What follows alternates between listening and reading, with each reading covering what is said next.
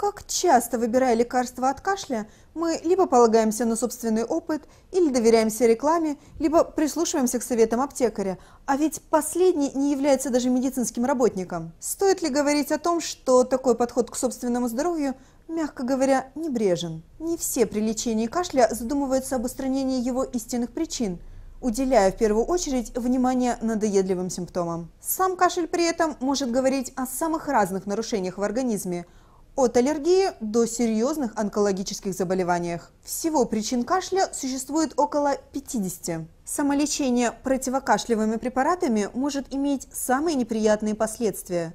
Ведь кашель – это не просто неприятный симптом, а способ очистки легких. Лишая организм этой возможности, можно получить неприятные осложнения в виде бронхита или пневмонии. И тем не менее, кашель остается явлением, доставляющим массу неудобств. Для того, чтобы облегчить симптомы кашля, необходимо принимать так называемые отхаркивающие средства. Они выпускаются в форме сиропов, таблеток, капель, растворов для ингаляций. Лучше выбрать препараты не химического происхождения, а на основе лекарственных растений. Солодки, подорожника, матемачихи. Очень полезны при кашле специальные травяные сборы. Их также можно приобрести в любой аптеке. Но при выборе обратите внимание на состав.